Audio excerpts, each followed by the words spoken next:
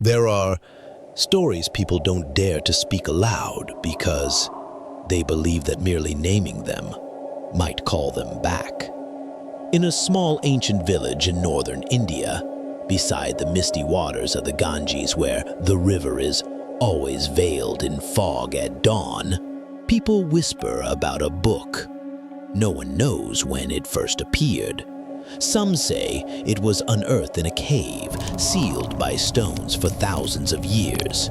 Others swear it had once been guarded inside a temple that burned to the ground in a single night, the flames rising unnaturally high, consuming everything except that book. But every version of the tale agrees on one point. Anyone who touched the book was no longer themselves. It had many names: the manuscript of shadows, the whisper of demons, but the most haunting name of all was also the simplest: the book no one could decode.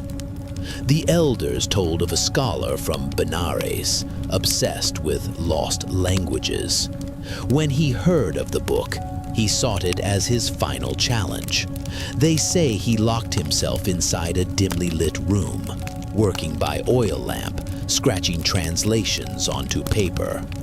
Night after night, villagers heard his murmurs, the feverish scrape of pen across parchment. Then, one morning, the door burst open.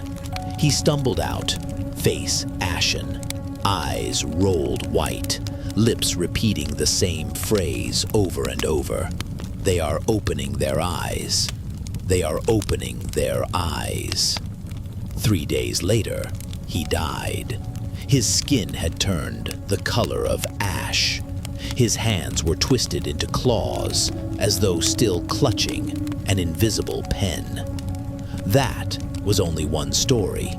Another told of a monk who tried to burn the book. He walked into the night with a torch, but when the fire rose, it wasn't the book that burned. It was him. Flames clung to his body as if alive, while the book remained untouched in the ashes, pristine and whole. Each tale, each whisper, layered more shadow upon the legend. And the most unsettling part, none of it could ever be proven false. For in India, beside holy temples, sacred rivers, and forests full of spirits, there are far too many things beyond human reason. Centuries passed. People began to believe the book was only myth. Until one day, in the crowded back streets of Calcutta, in a dusty second-hand market, someone found it. No cover, just pages yellowed to a brownish black, their edges tattered as though soaked in water, or worse, in blood. On the first page was no title, only a sketch. A figure shaped like a man, but not human. A face elongated, hollow sockets where eyes should be, and a mouth gaping like a crack in stone.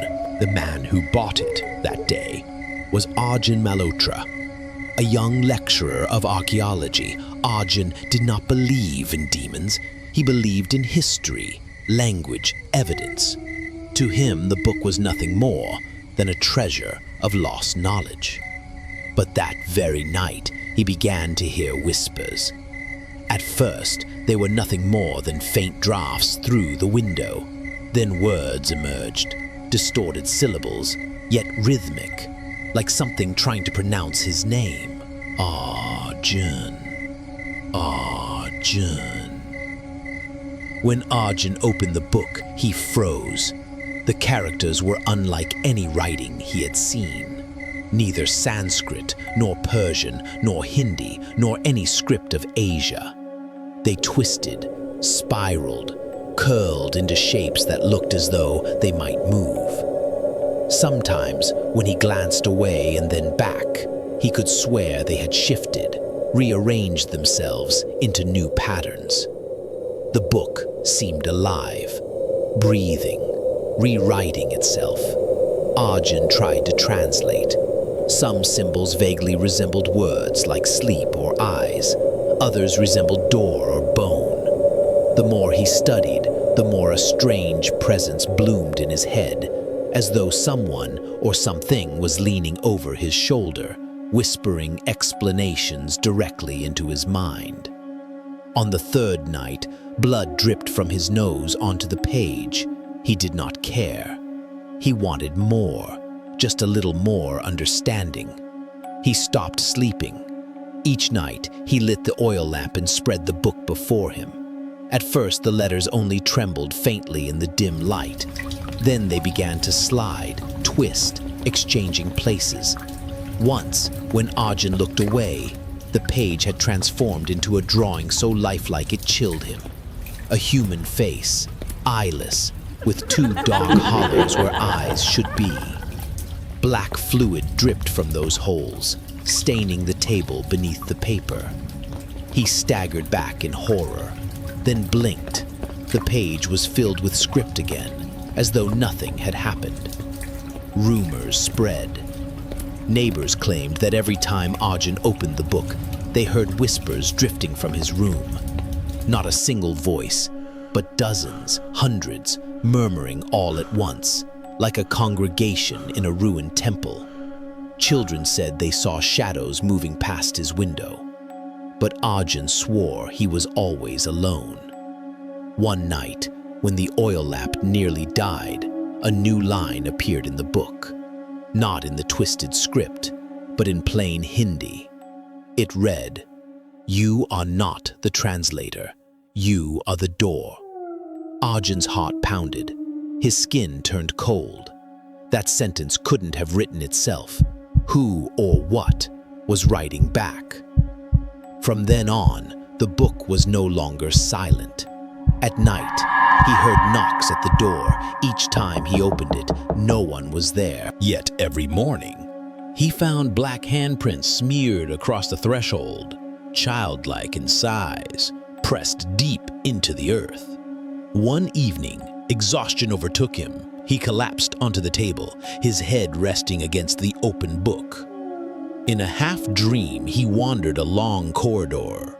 The walls were covered with grotesque drawings, the same twisted beings from the pages.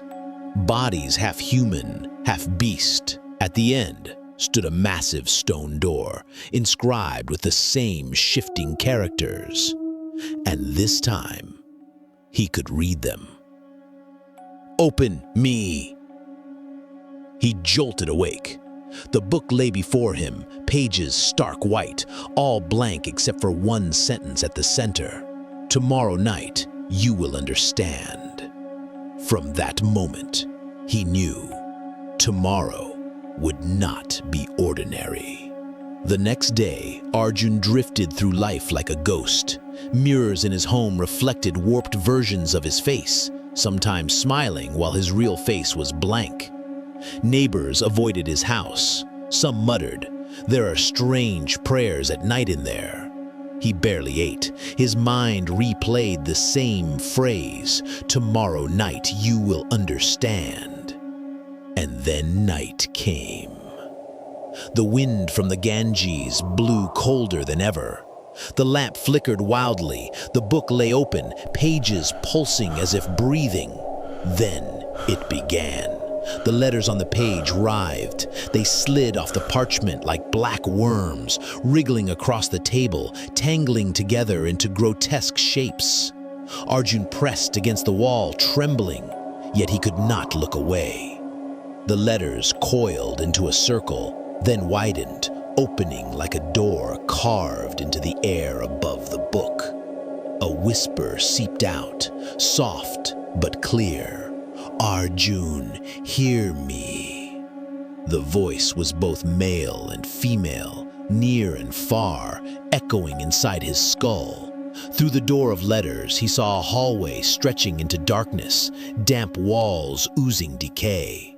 At the far end crouched a figure, draped in rags, hair shrouding its face. Slowly, it raised its head. The skin was corpse pale. There was no mouth, only a single black slit tearing from chin to throat. Arjun screamed, but no sound came. The book shook violently, sucking air inward as though to swallow him. Black hands burst from the floor, clutching his ankles, pulling. The stench of rot engulfed him. He shut his eyes tight. When he opened them again, the room was silent. The book lay still, unchanged, except for one thing. On the page was a drawing of himself, sitting on the floor, eyes wide, black hands dragging him down. Beneath it, a sentence, "You have begun to belong to me." Arjun tried to tear out the page, but the paper did not. It was cold and fleshy, like human skin. Outside the window, the wind wailed like laughter, and deep down, Arjun knew this was only the beginning. From then on, the entire village changed. At night, villagers heard the sound of pages turning in the wind. Children woke screaming, babbling about voices teaching them to read black letters. Elders dreamed the same nightmare, a narrow hallway, damp walls, and at the end, a shadow crouching, hair covering its face. Soon, strange pages began to appear around the village. One morning, beneath a banyan tree, they found a sheet scrawled with twisted symbols. In its center was a drawing, an exact likeness of an old woman from the village, Lakshmi. The next day, Lakshmi was found dead, slumped before her shrine, eyes frozen open, black blood dripping from her nose. Beside her was the same page, now soaked in her blood. Panic spread. "Burn it!" villagers screamed, pounding on Arjun's door. "Bring it out and burn it!" But Arjun, gaunt and hollow-eyed, rasped back. "You don't understand. It cannot be burned. It wants me." The deaths continued. A young man was found at the bottom of a dry well, a page pasted to his chest. Every night, whispers crept through the streets. "You will belong to me, one by one." The village was no longer cursed. It was infected. And Arjun realized the book was no longer inside his chest. It had become the village itself. Every house, every wind, every shadow was now a page being written. The final night came in a storm. Villagers saw Arjun kneeling in the mud, clutching the book as it glowed with corpse light. Pages whipped in the gale, voices rising in unison, thousands of murmurs speaking as one. And through the roar of the storm, every villager heard the same words, "All of you." Years later, in the alleyways of Jaipur, people still whisper.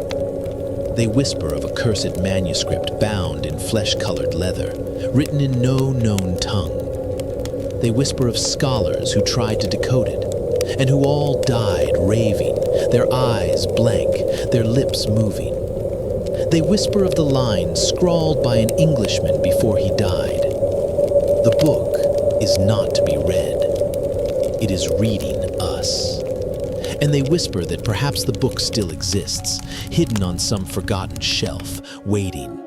Maybe, even now, it has already begun reading you. You've just heard a whisper from the dark. If you dare to keep listening, subscribe to Dark Whispers now.